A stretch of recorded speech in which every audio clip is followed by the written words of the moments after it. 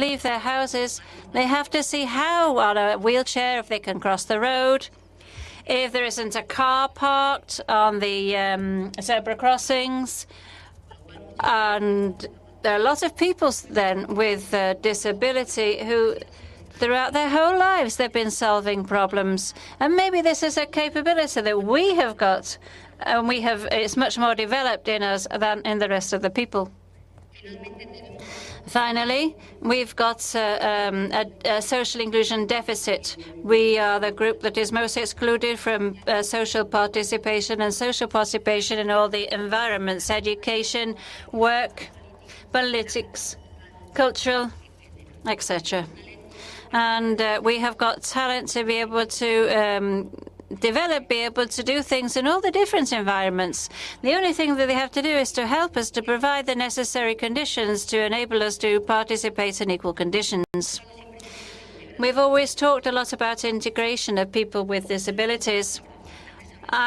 We've talked, and before we used to say normalization, normalize, standardize people. But each person is different. So why do we have to continue to be different when it took us a long time to be normalized?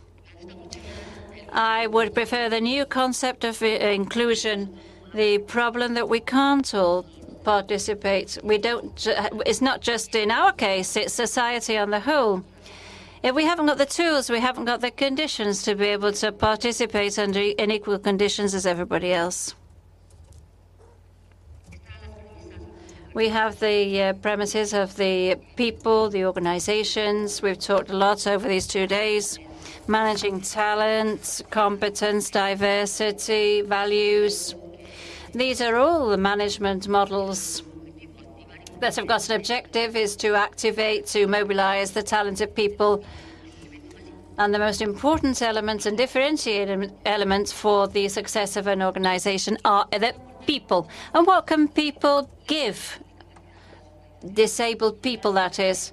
They can provide a differentiating value. First of all, they can provide talent like anybody else, but as nobody has praised the talents of disabled people, the companies are losing out on 8.5% of the talent of the European population. They provide competencies and skills, differentiating competencies and skills, that is, for example, in solving the problems that occur every day. They contribute to managing diversity, and this is something that has been mentioned among the companies that we collaborate with. They contribute into making a new business culture visible. A business culture based on commitment, social commitment. The companies who have recruited disabled people, they take on a social commitment, and this has all been praised very positively.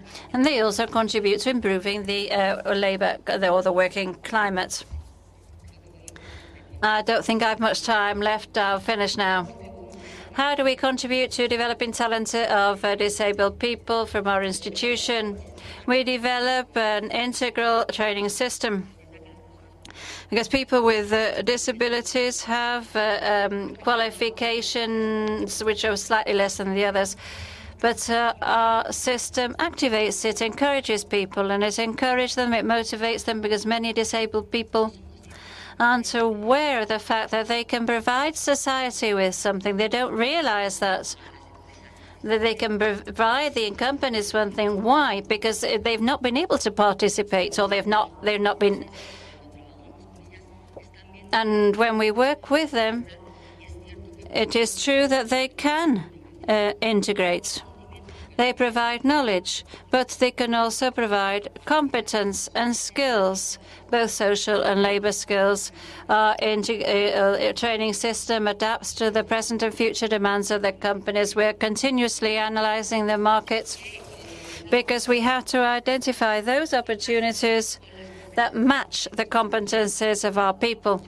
And we work a lot on the identification of those needs.